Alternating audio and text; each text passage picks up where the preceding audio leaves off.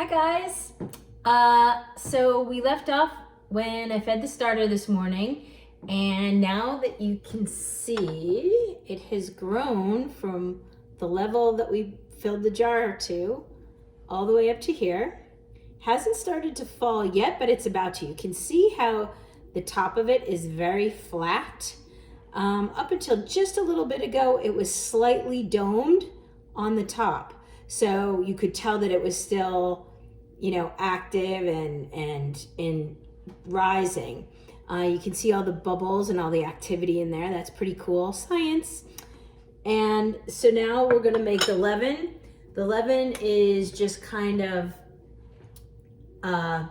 similar to the starter, but the proportions are different, and there's a lot more of it.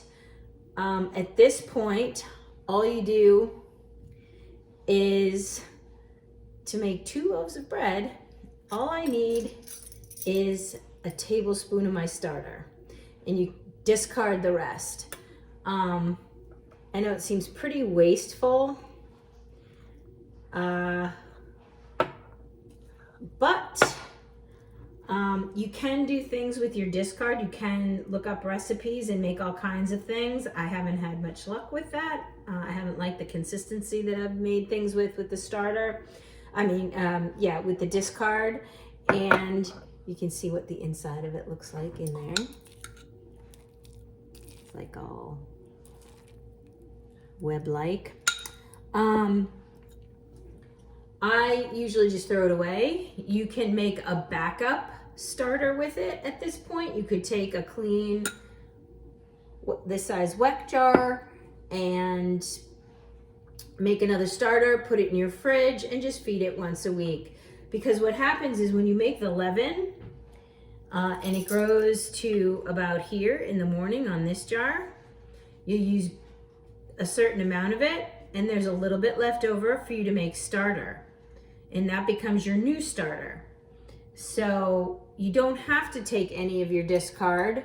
You can just throw it away. You can use it to make something, or you can make up a backup starter in case something were to happen to your leaven overnight, or in case the starter that you made with the leaven didn't work. I used to do that a lot. Sometimes I had 3 or 4 jars of leaven in the fridge, but I thought it was wasteful to feed 4 starters every week.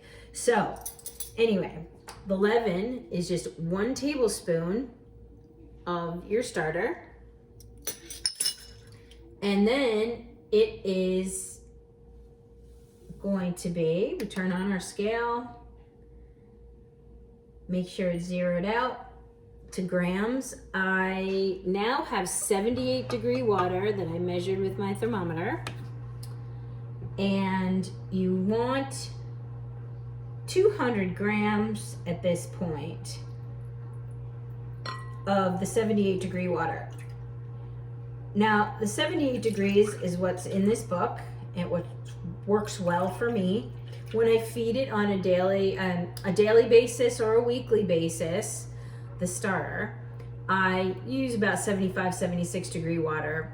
But for this, I remain true to what the book says, and so we want 200 grams of 78-degree water.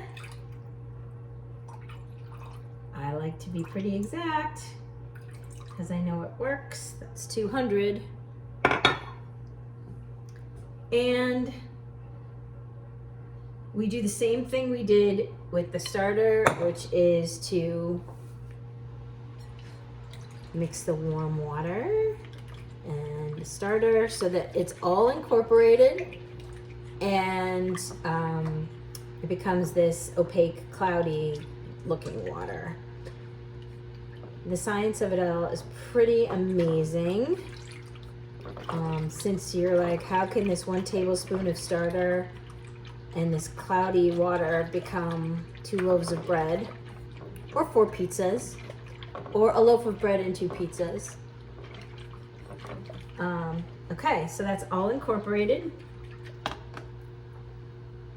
You zero it out, and we want 200 grams of our 50-50 flour blend. So you can see how it's super similar to making starter, again, the proportions just different, larger.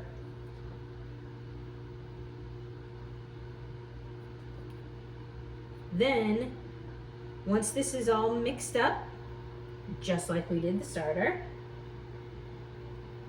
I'm going to put it in this larger jar because it's a much larger quantity. It's going to just sit in my pantry closet or on my countertop. That is 200 overnight. And I will come back and show you the process for that tomorrow, to start baking tomorrow.